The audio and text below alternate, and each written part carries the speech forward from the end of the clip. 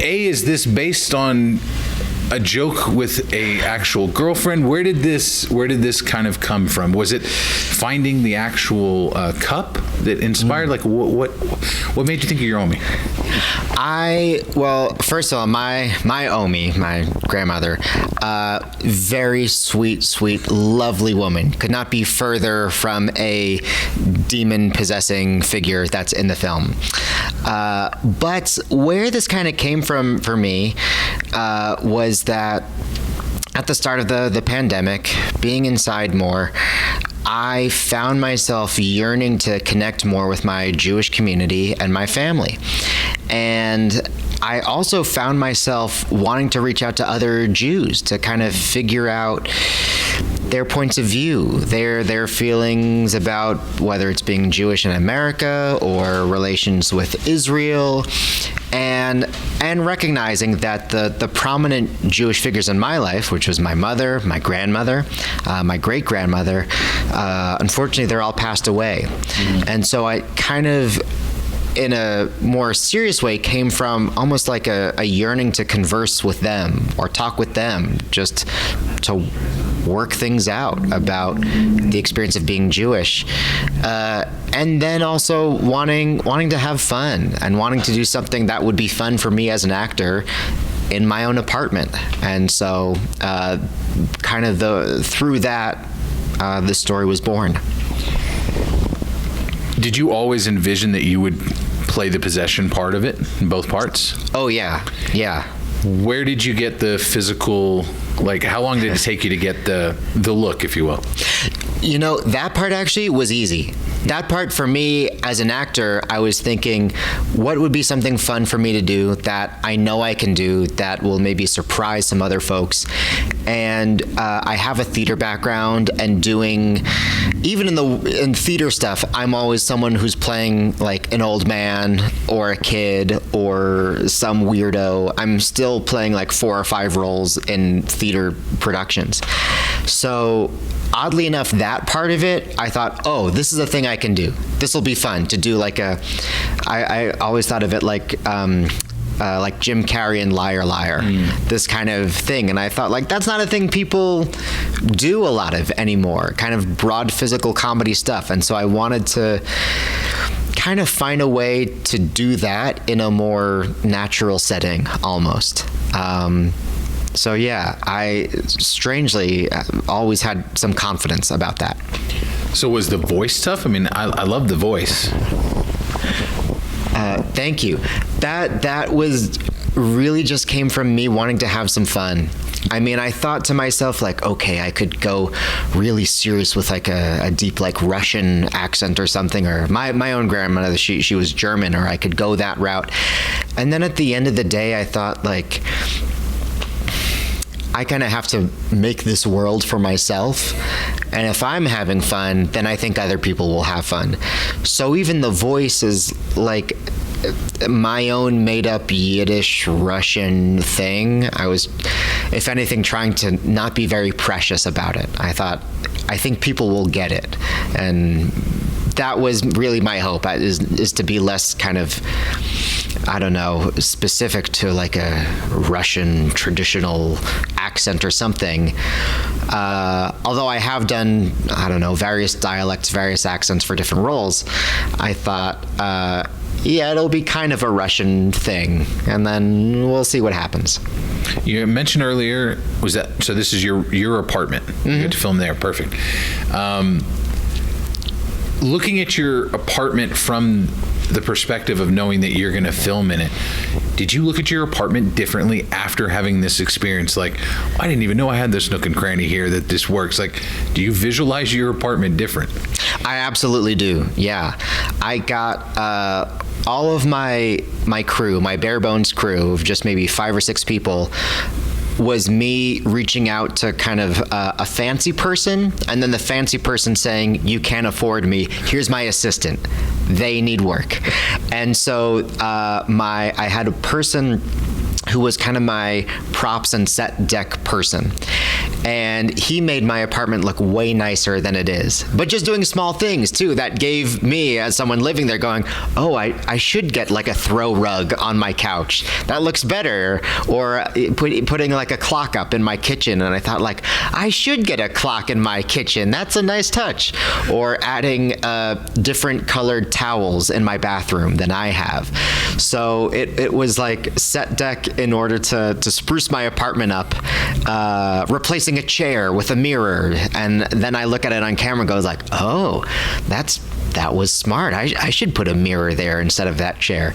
So perhaps selfishly, it was a nice way to get inspiration on what to do with my space. You got a free renovation. That's pretty funny. Yeah. As far, you mentioned not a lot of people are doing this type of humor, which I think you're right. We haven't seen this in a while. Other than like Jim Carrey, were you looking towards any other inspirations? I mean, this goes back to Silent Age talent doing this. Yeah, I had a couple specific inspirations kind of going through my head as I was making this. The first big one is a film that came out last year called Shiva Baby. Yes. It's great. And as a filmmaker, I was following Emma Seligman, the director of that, and her trajectory with that film starting about 2 years ago, because it started as a short and then she made it as a feature, and if all goes well, this will be a feature coming to you soon. But how intimate that was, and how she really creates a sense of claustrophobia and kind of tension in one location. She's just in that house for basically that whole movie. So I was inspired by that. And then for myself, I love the Coen brothers and I love Judd Apatow. And I think between them, sometimes with the Coens, it's headier humor, and then with Apatow, there's more fart gags. And I was kind of thinking like, I think I exist somewhere between there, where I have stuff that will be fun if you're Jewish, if you have a sense of what a Jewish grandmother might be, but also hopefully some broader humor that relates to everyone. While thinking about, Jim Carrey and kind of like, I think of like 90s comedies, and that's kind of out of fashion right now to do broader stuff, physical comedy stuff.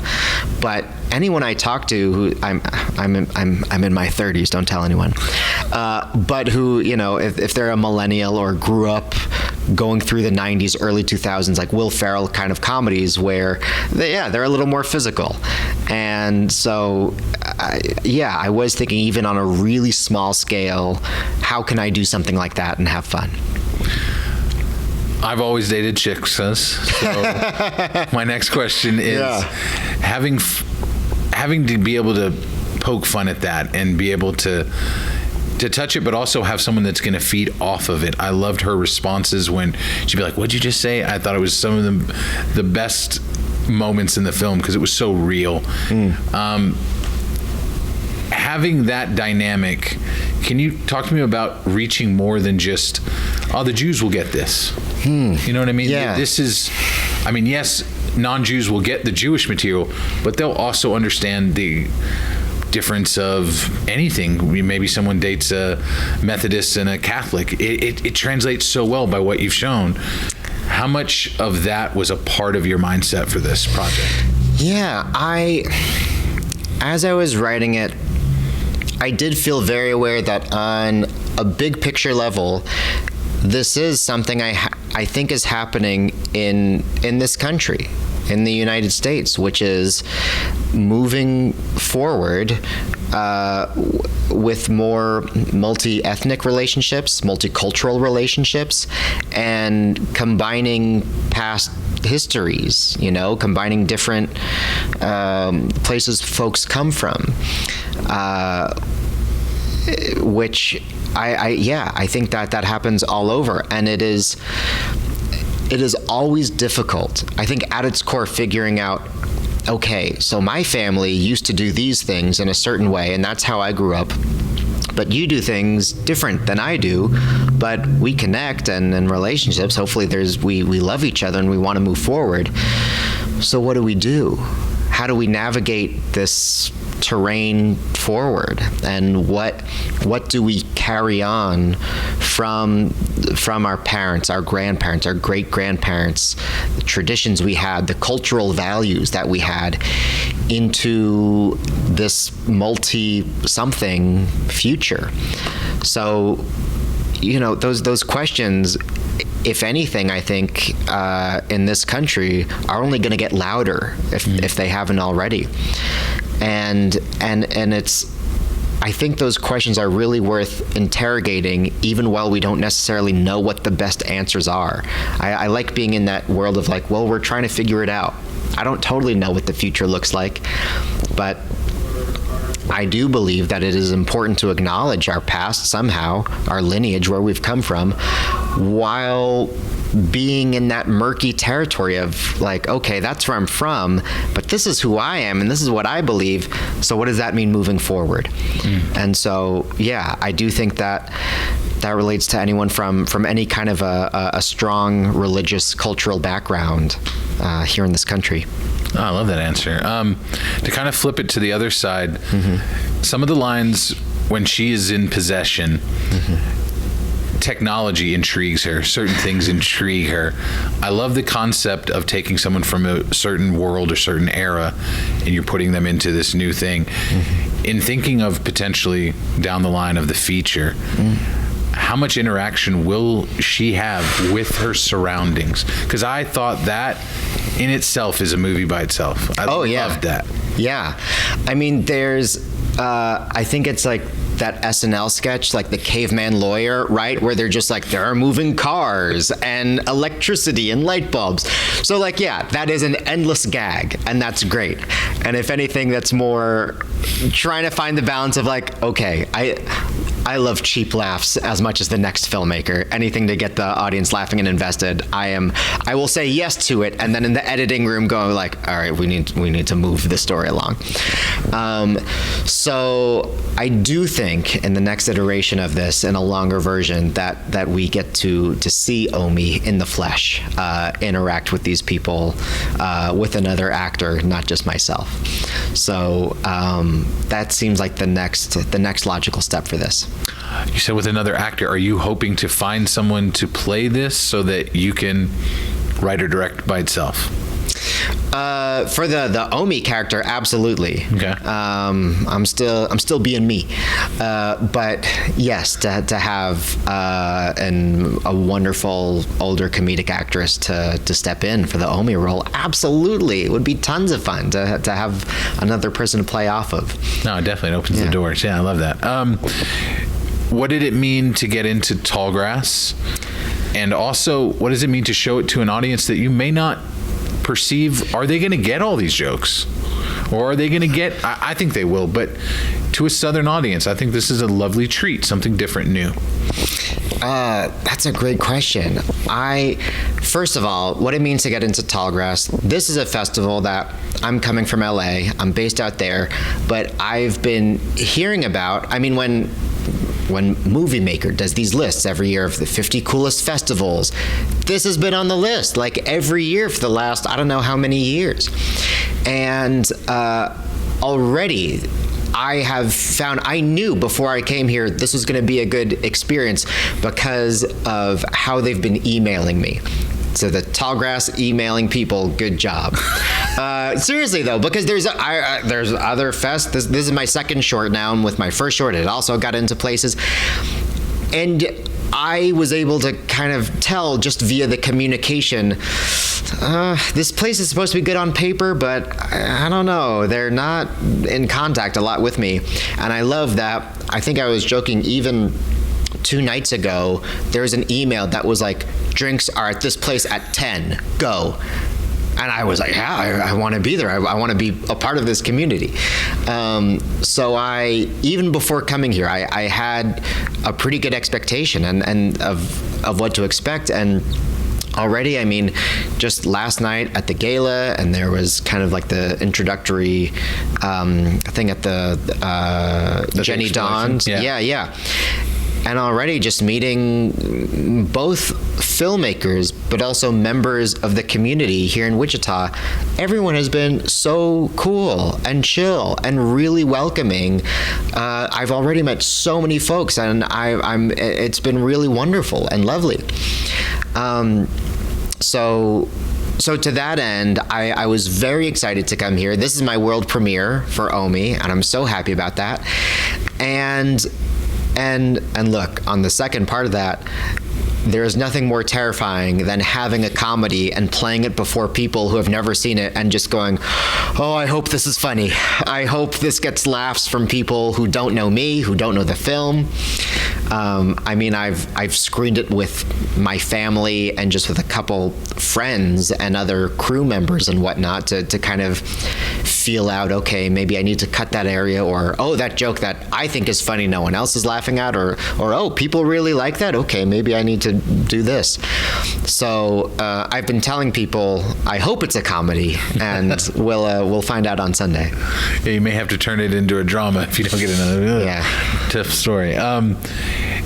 As far as the film festival circuit, obviously the pandemic almost killed a majority of it.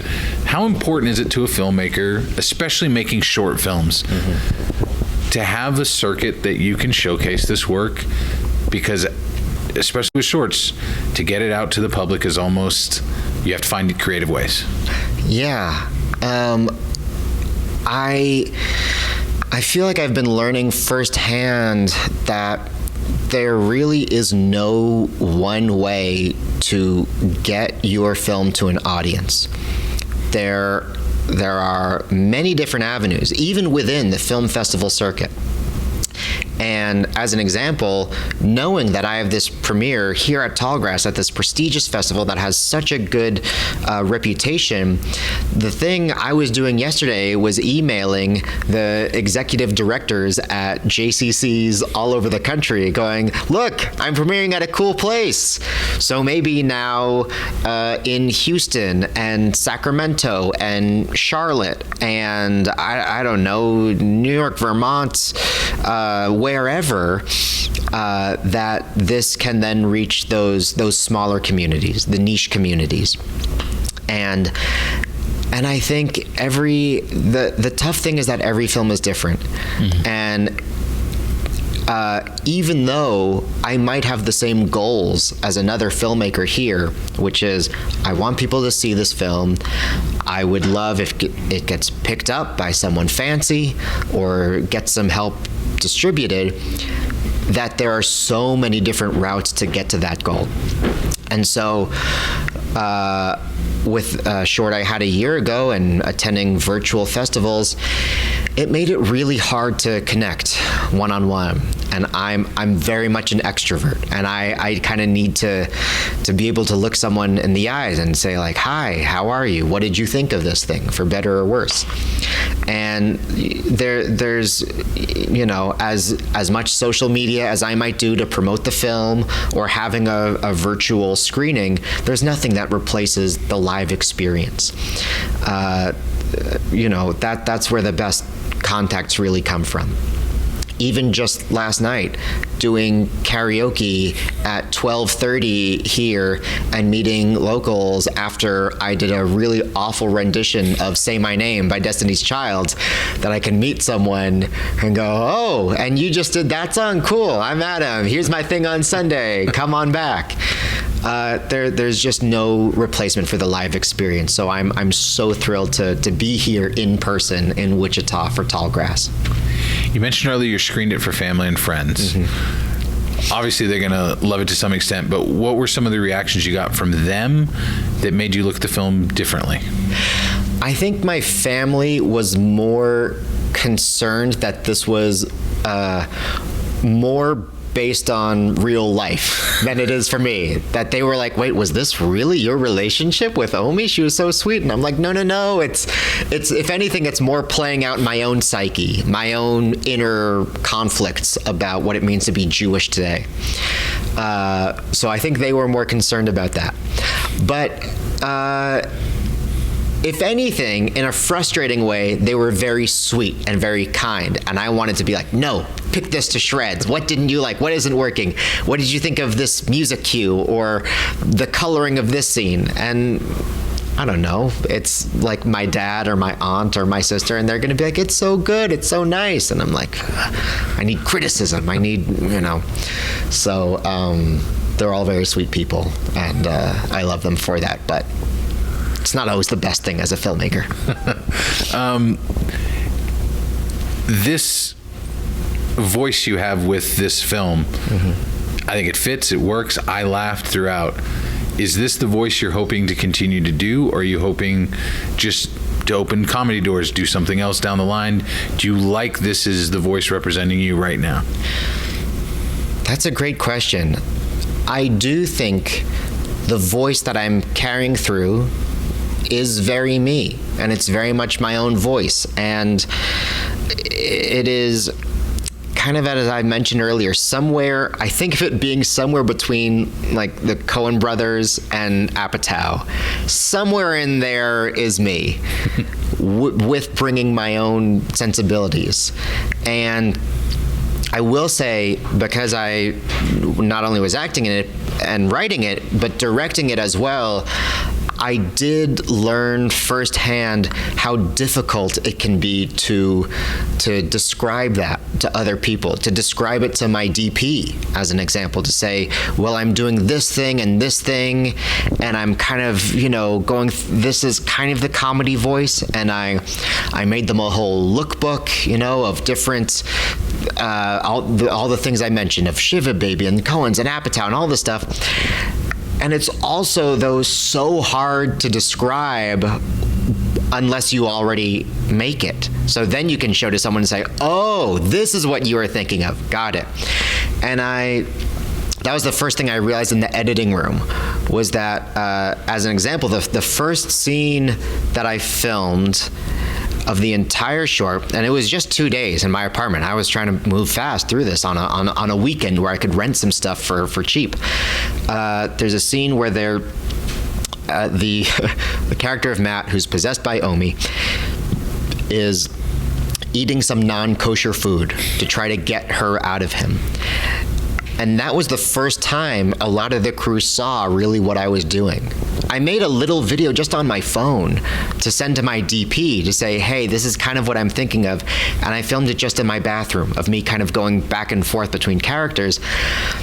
But then once I got there, I saw the crew going, oh, this is what you meant that whole time. Okay. And so that scene on the page was much longer. But because it was the first one we shot and people didn't know what to do, once I got to the editing room, I saw, I didn't do a great job explaining this beforehand. And it's like we almost had to do that scene as a rehearsal for the rest of the film. So it's shorter than I intended, because that's just how it came out. But it was definitely a good lesson of how important it is to really communicate to the entirety of the crew, from makeup to lights to sound to DP, exactly the tone and the feel of the film that you're going for. And we find out she does like bacon. She does like bacon. Yeah. Not to spoil anything else, but that needed to be spoiled because it was awesome. It's true. I guess to kind of, lastly, how can people find out more about you, follow the film, and keep in touch? Because I'm itching for you to hurry up and write the feature. Oh, thank you. Follow along at OmiKatieMe on Instagram, Twitter, Facebook, all the social things. I have a website, omikatieme.com. Omi being my grandmother, Katie being my mother, and me being me. As I've kind of been thinking of that, of like the trajectory of the important Jewish folks in my life. So yeah, and look for the feature at a theater near you 2023, 2024. Quick follow-up. Yeah. Since you are going to have to expand these characters, would it be grandmother, mother this time being in the film? I mean, are you expanding to multiple people? Yes, absolutely. I do think there's a parent figure kind of in between the generations, because I do think that is another area that I think within any religion, again, especially here in the U.S., already just how much religious views have changed 2 generations, and 1 generation feels like a world of difference at times. So yes, expanding more for a parent figure and the grandparent. I think giving a little more to the girlfriend, fiance, and maybe her background, where she's coming from, mixing with all this, trying to figure out what's going on. And I think having more fun with like a real Jewish exorcism, of getting messier with that, maybe bringing in a rabbi to help do some stuff. So yeah. Yeah, I liked I don't want to give away the spoiler of the ingredients, genius ingredients. Adam, it was a real pleasure. I really giggled throughout this whole movie. I really loved it. Yes, please make the feature. Thank you for coming to Tallgrass, allowing us to be the world premiere. I think it's a really special thing, and I hope you enjoy your time.